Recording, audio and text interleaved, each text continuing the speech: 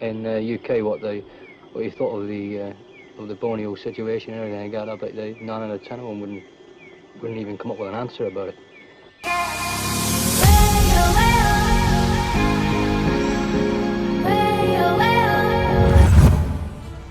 Bukannya gentar lawan pasukan elit paling ditakuti dunia, kala Kopassus gempur Malaysia, satu tentara Inggris justru dibuat mati di hutan Kalimantan gara-gara hal ini.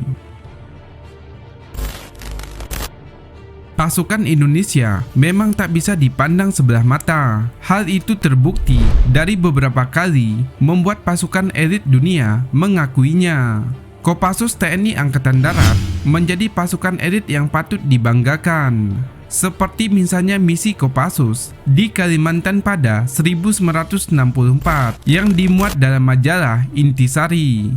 Antara tahun 1061 sampai 1966, ketika konfrontasi antara Indonesia Malaysia terjadi hingga memicu konflik bersenjata di perbatasan, baik serupa penyusupan pasukan gerilya dan reguler. Presiden Soekarno mengumandangkan untuk menggempur Malaysia dalam rapat raksasa di Jakarta 3 Mei 1954. Presiden Soekarno mengumumkan Perintah Dwi Komando Rakyat atau disingkat Dwi Kora. Poin pertama adalah petinggi ketahanan revolusi Indonesia. Kedua adalah perjuangan revolusioner rakyat Malaya, Singapura, Sarawak, dan Sabah untuk menghancurkan Malaysia.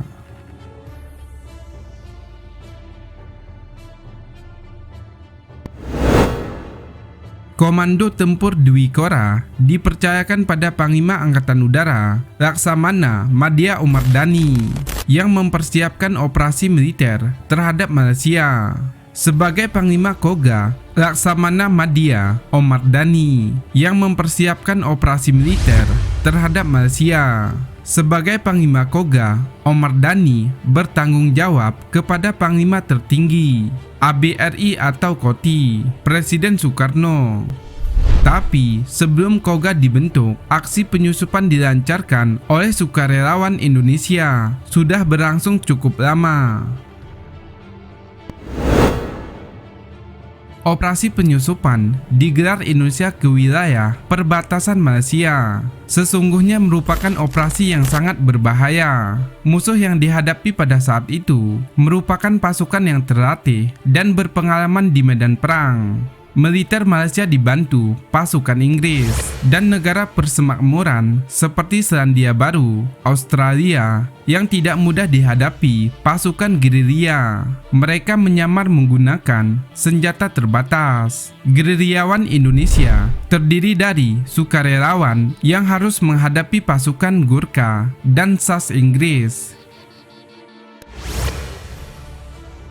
yang sangat berpengalaman. Selain itu, garis perbatasan Malaysia-Indonesia sepanjang 1000 km juga tidak mungkin hanya diamankan oleh pasukan gerilya. Bagi Panglima Angkatan Darat, Letnan Jenderal Ahmad Yani, situasi medan tempur itu sangat menyulitkan. TNI Angkatan Darat juga sudah mengirimkan Batalion 2 RPKAD, nama satuan Kopassus saat itu, untuk mengamankan perbatasan. Menurut buku Benny Mordani, Letnan Ahmad Yani kemudian memanggil personil andalan RPKAD yang sukses memimpin perang gerilya di Irian Barat, Benny Mordani. Dia diberi tugas untuk mengorganisasi dan menangkap penyusupan pasukan Inggris.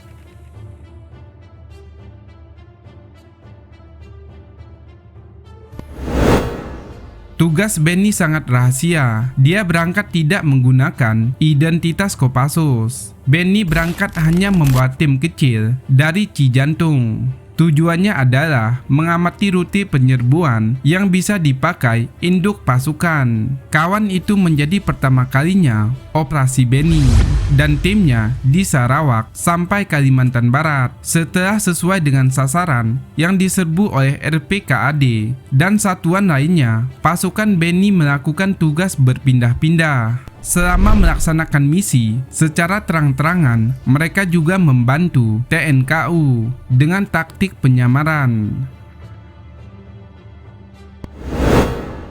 Pasukan itu mengenakan seragam TNKU dan mulai melakukan perang gerilya terhadap pasukan Inggris. Pasukan TNKU yang dipimpin Benny berisikan pasukan RPKAD alias Kopassus langsung menunjukkan kehebatan mereka. Tidak peduli musuh adalah pasukan elit dunia, SAS yang dibanggakan Inggris. Dalam serangan TNKU berhasil menawan satu pasukan SAS dan menembak mati satu orang, sementara dua musuh melarikan diri.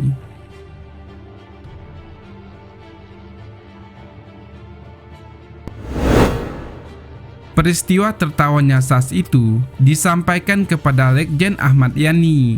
Ini merupakan peristiwa penting karena pasukan SAS yang tertangkap terluka.